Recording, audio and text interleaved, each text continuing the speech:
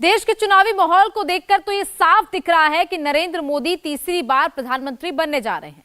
मोदी जिस तरह से चुनावों को अप्रोच कर रहे हैं, उससे लगता है कि मोदी अब रिकॉर्ड बनाने के लिए लड़ रहे हैं। जीत तो निश्चित है, सवाल है कि मोदी को कितने लोगों के वोट मिलेंगे और उसमें भी कितने हिंदुओं के वोट मिलेंगे, क्योंकि मोदी ने अपने कार्यकाल में हिंदू आस्था का पूरा सम्मान किया है। बड़े बड़े प्रसिद्ध मंदिरों का पुनरुद्धार किया, काशी विश्वनाथ, केदारनाथ, उज्जैन का महाकालेश्वर और सबसे बड़ा अयोध्या का राम मंदिर। सवाल है कि हिंदू आस्था की सबसे बड़ी जगहों पर मोदी और उनकी पार्टी को कितने वोट मिल रहे हैं।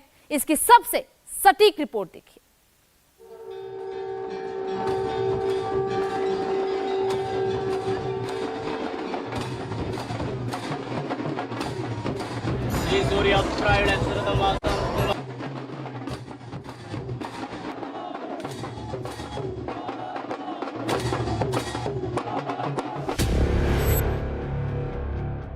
क्या है हिंदू वोट का रुझान? 24 के चुनाव में देश के हिंदू किसे वोट करने जा रहे हैं? क्या जिस पार्टी ने हिंदू आस्था का सम्मान किया, उसे हिंदुओं के वोट भी मिलेंगे? काशी, मथुरा और अयोध्या में बीजेपी की जीत का मार्जिन क्या रहने वाला है? जिन पौराणिक मंदिरों का मोदी ने सम्मान बढ़ाया, 24 में वहां से कितने वोट मिलेंगे? इसमें कोई शक नहीं है कि नरेंद्र मोदी से बड़ा कोई दूसरा नेता नहीं है जो हिंदू हृदय सम्राट कहलाता हो। मोदी शिव भक्त हैं, तो ऐसे हैं कि उनसे बड़ा कोई दूसरा शिव भक्त नहीं दिखता।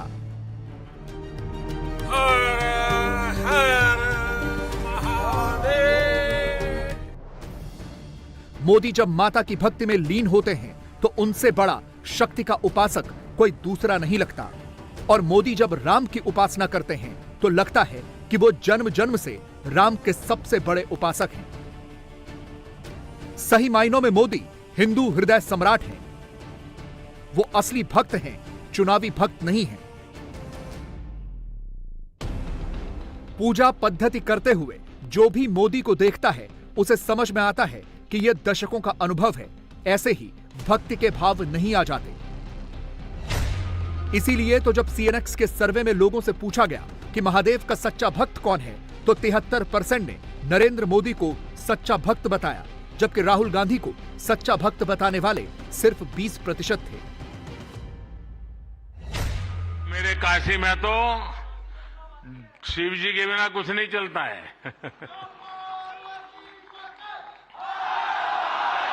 महादेव,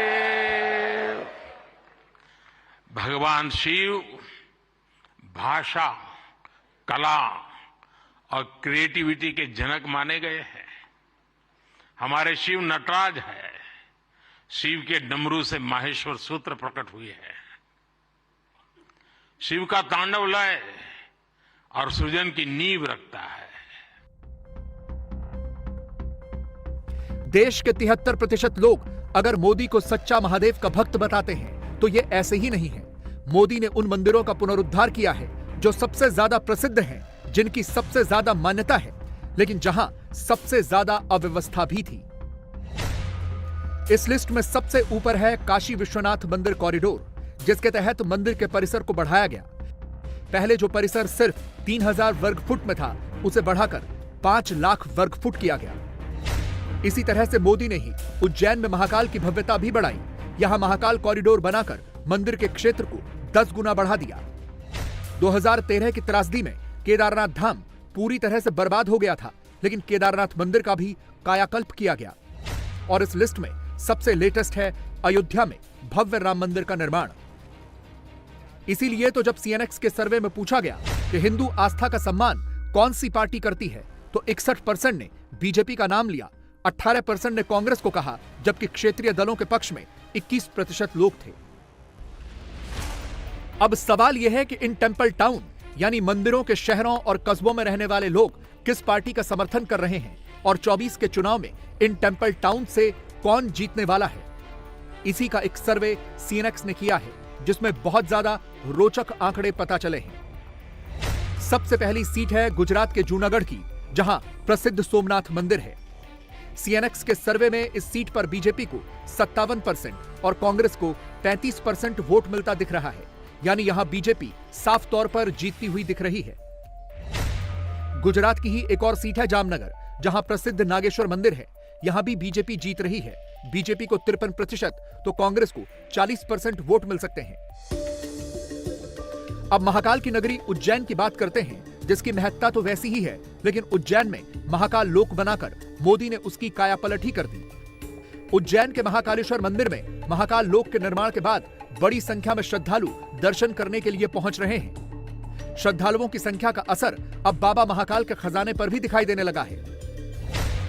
साल 2021 में जब महाकाल लोक नहीं था तो मंदिर को 22 करोड़ 13 लाख रुपए का दान मिला था। फिर 2022 में अक्टूबर तक महाकाल मंदिर को 24 करोड़ का दान मिला और फिर इसी वक्त मोदी ने महाकाल लोक का उद्घाटन किया और रातों रात काया पलट हो गई। 2022 के आखिरी 3 महीनों में ही महाकाल को 22 करोड़ 51 लाख रुपयों का दान मिला। फिर 2023 में सिर्फ 8 महीने में ही 135 करोड़ रुपए की धनराशि दान में प्राप्त हुई। महाकाल मंदिर में रोजाना 50 लाख रुपए तक का दान आ रहा है। महाकाल लोक के बनने के बाद श्रद्धालुओं की संख्या में 6 गुना से ज्यादा की वृद्धि हुई है। पहले यहां पर रोज करीब 50,000 श्रद्धालु आते थे, लेकिन अब यहां करीब 1.5 लाख श्रद्धालु रोज आते हैं। उज्जैन के होटलों में वीकेंड में 100% बुकिंग हो गई है। इसके अलावा उज्जैन में जमीनों के सौदे हर महीने 1000 तक बढ़ गए हैं। यहां से भी बीजेपी की जीत निश्चित है। उज्जैन सीट पर बीजेपी को 63% तो कांग्रेस को 25% वोट मिलने की संभावना है। मध्य प्रदेश की एक और सीट है खंडवा, जहां प्रसिद्ध ओंकारेश्वर का मंदिर है। सीएनएक्स के सर्वे में अनुमान है कि यहां बीजेपी को 49% तो कांग्रेस को 42% वोट मिल सकते हैं।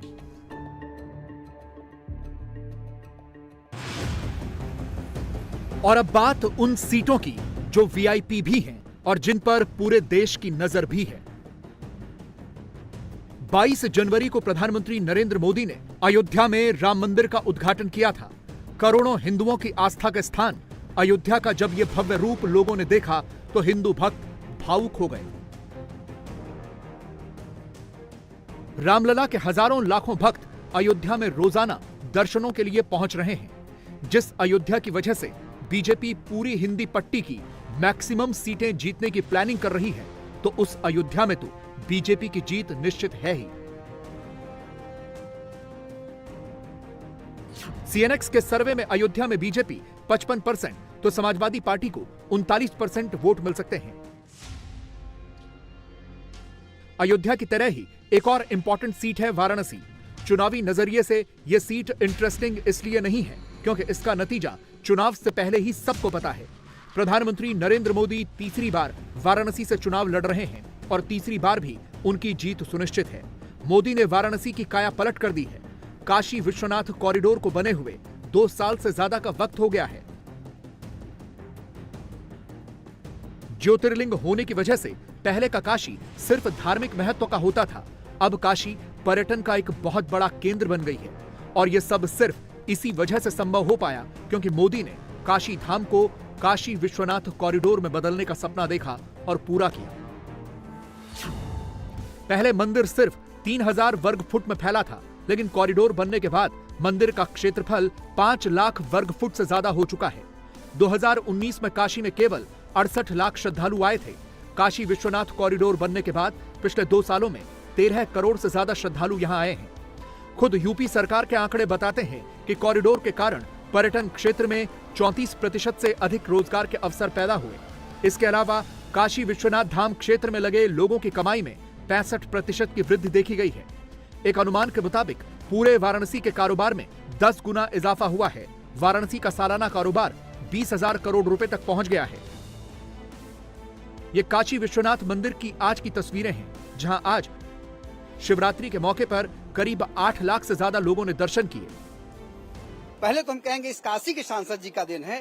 काशी के सांसद माननीय प्रधानमंत्री श्री नरेंद्र मोदी जी का यह इतना बड़ा जो कार्यक्रम है, जो प्रोजेक्ट है, आज मंदिर दिख रहा है और विश्व भी देख रहा है। जो नहीं जानता था, जिसको दबाया जा रहा था, आज हर एक बच्चा जान रहा है कि महादेव यहाँ हैं।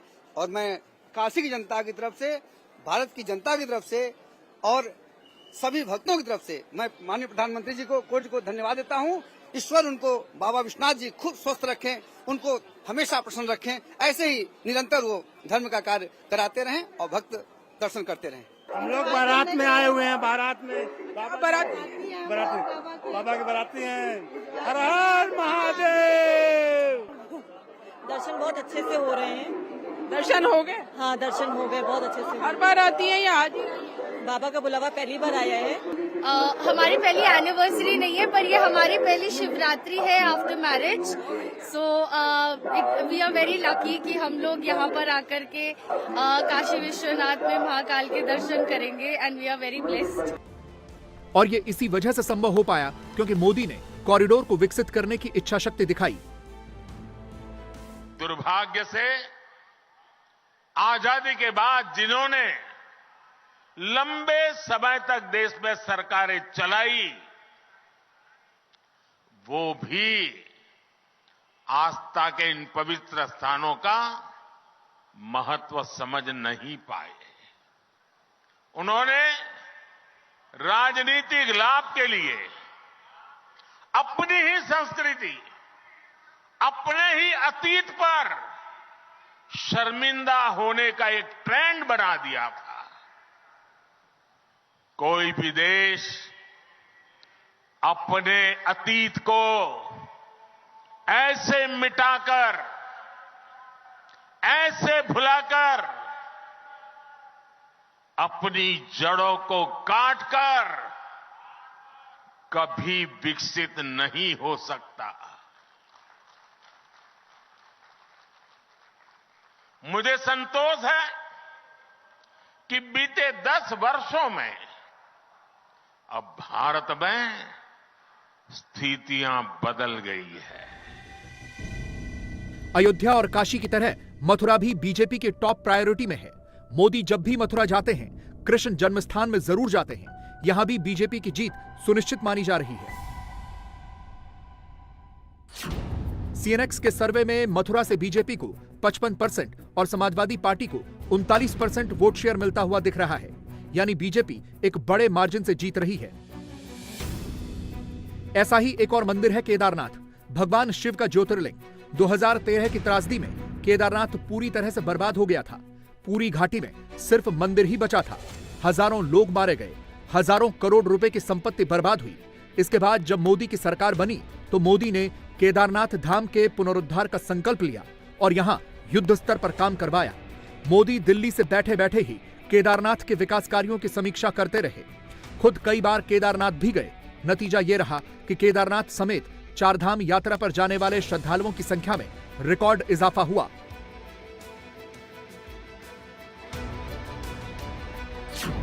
2023 में करीब 50 लाख से ज्यादा लोगों ने 4 धाम की यात्रा पूरी की। 2022 में 46,27,000 लोगों ने 4 धाम के दर्शन किए थे। 2023 में करीब 19,61,000 से ज्यादा भक्तों ने केदारनाथ धाम की यात्रा पूरी की। बद्रीनाथ में करीब 18,34,000 से ज्यादा श्रद्धालु पहुंचे। गंगोत्री यात्रा 9,05,000 से ज्यादा भक्तों ने पूरी की और यमुनोत्री में करीब 7,35,000 से ज्यादा श्रद्धालु पहुंचे। केदारनाथ गढ़वाल लोकसभा सीट के अंतर्गत आता है। वैसे तो ये सीट बहुत बड़ी है, लेकिन बीजेपी की जीत यहां से भी सुनिश्चित मानी जा रही है।